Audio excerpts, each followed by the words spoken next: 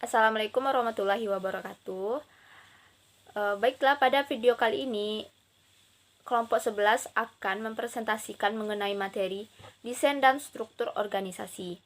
Baiklah, sebelum itu saya akan memperkenalkan diri saya. Saya adalah Febri Anissa, NIM 19042129. Saya adalah sebagai moderator.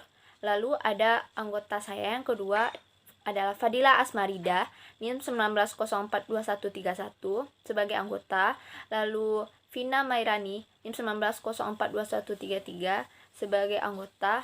Lalu ada Indah Destiarani, NIM 19042136 sebagai anggota. Baiklah, masuk saja ke pembahasan kelompok kita. Itu ada 3 topik pembahasan. Yang pertama itu ada definisi struktur organisasi, 6 elemen kunci struktur organisasi, lalu desain organisasi yang umum dan yang kini. Lalu pembahasan yang kedua ada struktur mekanik dan organik, kekuatan yang mempengaruhi struktur organisasi, yaitu strategi, ukuran, teknologi, dan lingkungan. Lalu masuk ke pembahasan yang ketiga, yaitu hubungan antara desain organisasi dan perilaku individu. Baiklah, masuk kepada pembahasan yang pertama yang akan saya presentasikan sendiri. Yang pertama itu mengenai definisi struktur organisasi, 6 elemen kunci struktur organisasi, desain organisasi yang umum dan yang kini. Definisi struktur organisasi yang pertama dijelaskan oleh G.K. Dow. Dia menjelaskan bahwa struktur organisasi itu didefinisikan sebagai pola tindakan dan interaksi yang relatif stabil dengan gagasan bahwa struktur organisasi memiliki fungsinya atau tujuannya. Lalu ada Van de Ven, dia menjelaskan bahwa struktur mencakup penugasan tugas kepada individu atau subunit dengan pembagian sumber daya ke unit-unit itu. Lalu ada Stephen P. Robbins, dia menjelaskan bahwa desain organisasi mengakui adanya kebutuhan untuk mengkoordinasikan pola interaksi. Lalu selanjutnya terdapat 6 elemen kunci struktur organisasi. Yang pertama itu ada spesialisasi kerja yang dimana tingkat tugas yang dilakukan secara terpisah. Lalu ada departementalisasi, yaitu adanya pengelompokan pekerjaan. Lalu ada rantai komando, yaitu garis pemenang tanpa putus. Lalu selanjutnya ada rantai kendali, yaitu bahwa jumlah bawahan yang dapat diarahkan. Selanjutnya ada sentralisasi dan desentralisasi, yaitu membuat suatu keputusan. Lalu yang terakhir ada formalisasi, yaitu tingkat di mana pekerjaan dalam organisasi itu dapat dilakukan. Sekian presentasi yang dapat saya presentasikan. Selanjutnya mengenai materi desain organisasi yang umum dan yang kini yang akan dipresentasikan oleh Fadila. Kepada Fadila dipersilahkan. Assalamualaikum warahmatullahi wabarakatuh. Baiklah, saya Fadila Azmarida akan melanjutkan materi selanjutnya mengenai desain organisasi umum dan yang kini. Pertama itu struktur sederhana. Struktur organisasi yang dicirikan dengan rendahnya derajat departementalisasi. Selanjutnya struktur birokrasi.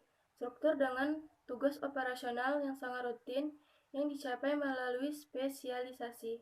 Selanjutnya struktur matrik. Struktur organisasi yang menciptakan otoritas ganda.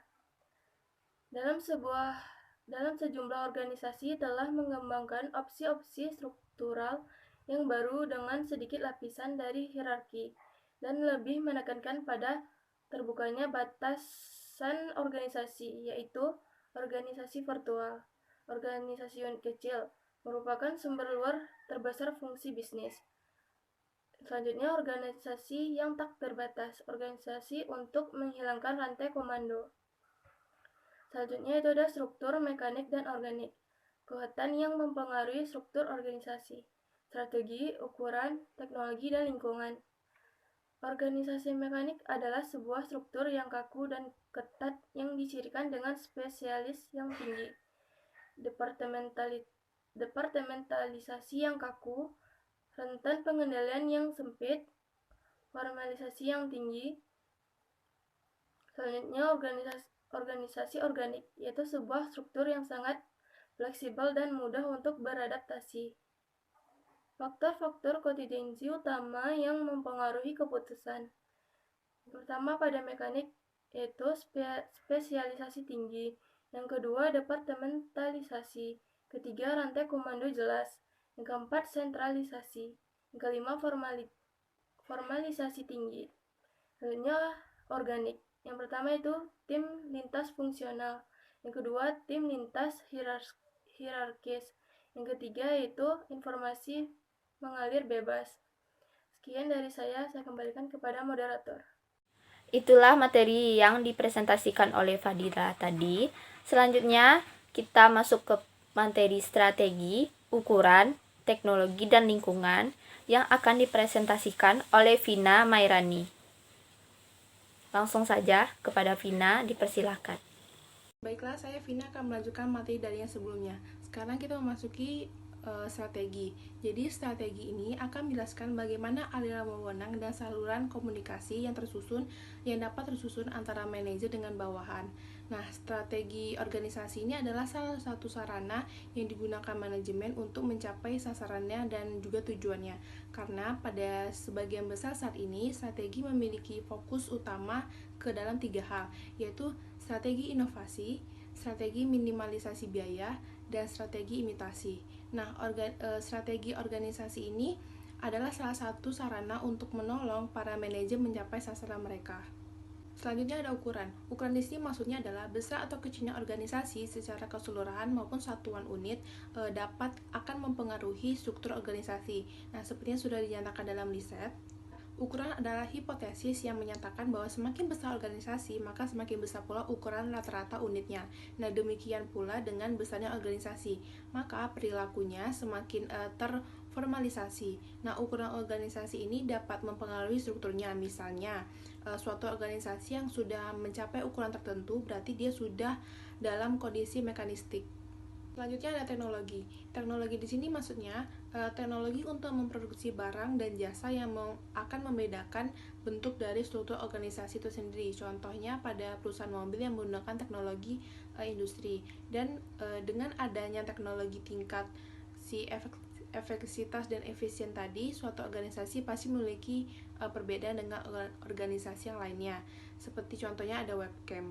Selanjutnya ada lingkungan. Lingkungan adalah kemampuan dan cara berpikir para anggota serta kebutuhan mereka untuk bekerja sama harus diperhatikan dalam merancang struktur organisasi. Nah, kebutuhan manajer dan pembuatan keputusan juga akan mempengaruhi saluran komunikasi. Di samping itu, struktur organisasi juga mempengaruhi lingkungan karena lingkungan selalu berubah-ubah.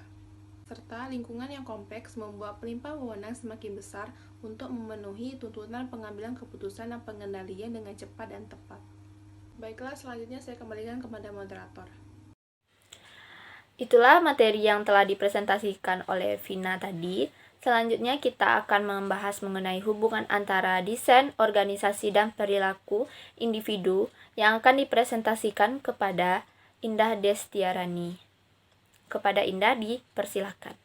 Baiklah, saya akan melanjutkan materi selanjutnya, yaitu hubungan antara desain organisasi dan perilaku individu. Desain organisasi adalah suatu wujud anggapan yang dimiliki, diterima secara implisit oleh kelompok dan menentukan bagaimana kelompok tersebut rasakan. Oleh karena itu, hubungannya adalah untuk asumsikan, diciptakan, ditemukan atau dikembangkan oleh kelompok tertentu karena adanya proses pemahaman. Untuk mengatasi masalah eksternal dan integrasi internal yang dianggap valid, dan karena itu harus diajarkan kepada anggota baru. Sebagai suatu cara yang benar untuk memahami, berpikir, dan merasakan sebagai bagian dari organisasi.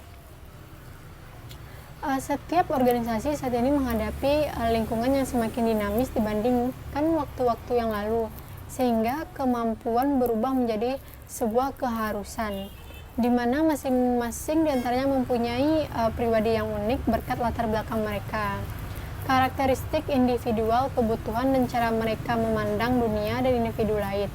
Jadi, hubungan desain dan struktur organisasi itu adalah bertujuan untuk keadaan masa depan yang dicoba hendak dicapai oleh seorang individu, di mana tujuan terdiri atas isi tujuan dan integritas tujuan agar hasil dan tujuan organisasi dapat tercapai dengan baik. Baiklah, saya kembalikan kepada moderator. Itulah presentasi dari kelompok 11 tadi. Saya dapat mengambil kesimpulan bahwa yang pertama, struktur organisasi itu didefinisikan sebagai pola tindakan dan interaksi yang relatif dan stabil. Lalu poin yang kedua, organisasi mekanik adalah sebuah struktur yang kaku dan ketat yang dicirikan sebagai spesialisasi yang tinggi. Lalu poin yang ketiga, hubungan antara desain organisasi dan perilaku individu terdapat karena adanya proses pemahaman untuk mengatasi masalah eksternal dan integrasi internal yang dianggap valid. Itulah presentasi dari kelompok 11. Saya sebagai moderator, mohon maaf apabila ada kesalahan. Wabillahi wa taufiq wal hidayah. Assalamualaikum warahmatullahi wabarakatuh.